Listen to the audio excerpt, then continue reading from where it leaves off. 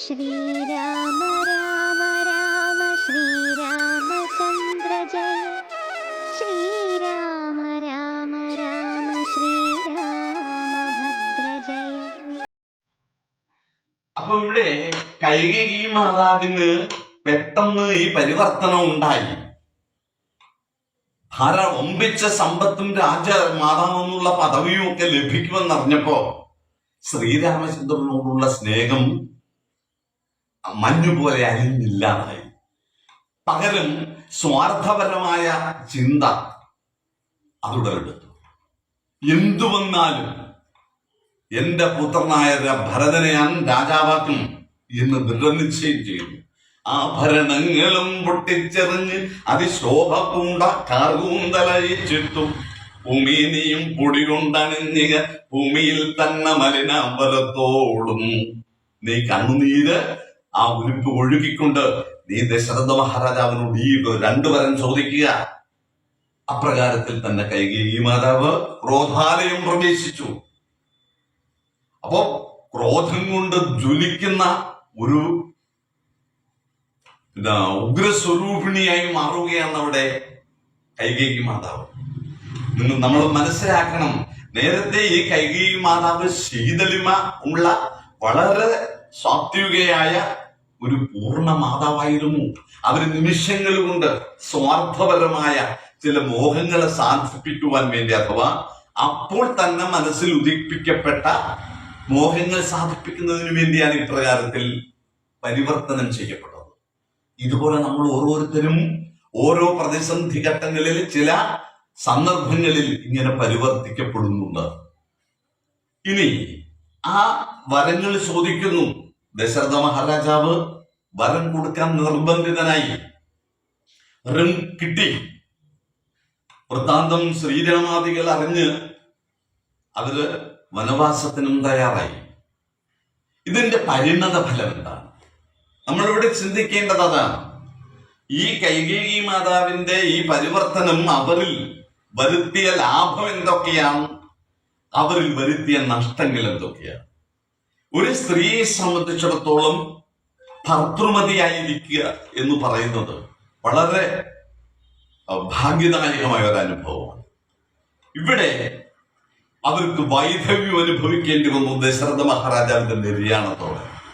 ചെയ്ത പാപത്തിന്റെ അഥവാ ചെയ്ത കുറ്റത്തിന്റെ ശിക്ഷ അപ്പോൾ തന്നെ അവർ അനുഭവിക്കുകയാണ്.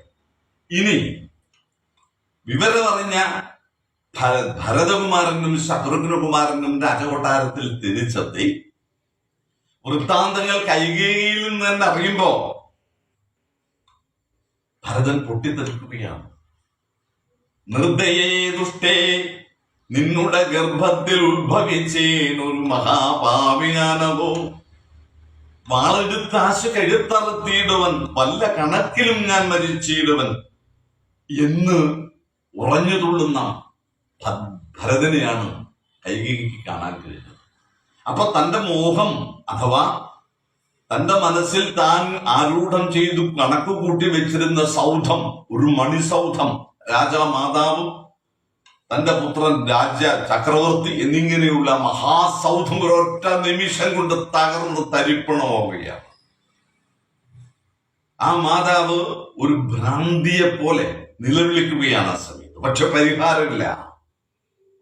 സത്യധർമ്മങ്ങളുടെ ഒരു കാലഘട്ടത്തിന്റെ കഥയാണിത്. ഇന്നുള്ള സത്യധർമ്മങ്ങളുടെ കാലഘട്ടമല്ല. സത്യത്തിനും ധർമ്മത്തിനും കാരുണ്യം, ദയ ഇങ്ങനെയുള്ള മഹാഗുണ സമ്പന്നമായ ഒരു കാലഘട്ടം, ആ കാലഘട്ടത്തിന്റെ പ്രതീകമാണ് ഈ കഥ. ഇവിടെ അപ്പൊ ചെയ്തു പോയ തെറ്റിന്റെ ഫലം ആ കൈകേയിക്ക് അപ്പോൾ തന്നെ കിട്ടുകയാണ്.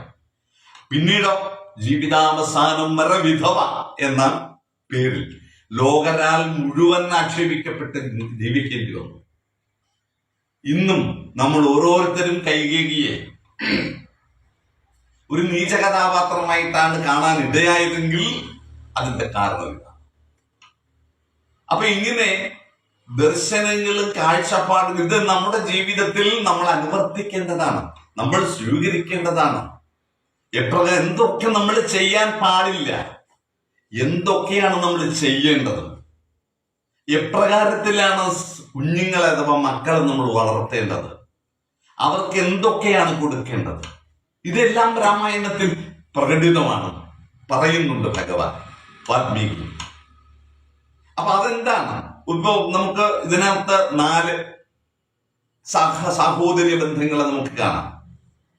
ഈ 4 സാഹോദര്യ ബന്ധങ്ങൾ എന്ന് പറയുമ്പോ, ഒന്ന് ശ്രീരാമ ഭരത ലക്ഷ്മണ ശത്രുഘ്നന്മാർ, 2 ബാലി സുഗ്രീവന്മാർ, 3 രാവണൻ കുംഭകർണൻ വിഭീഷണൻ,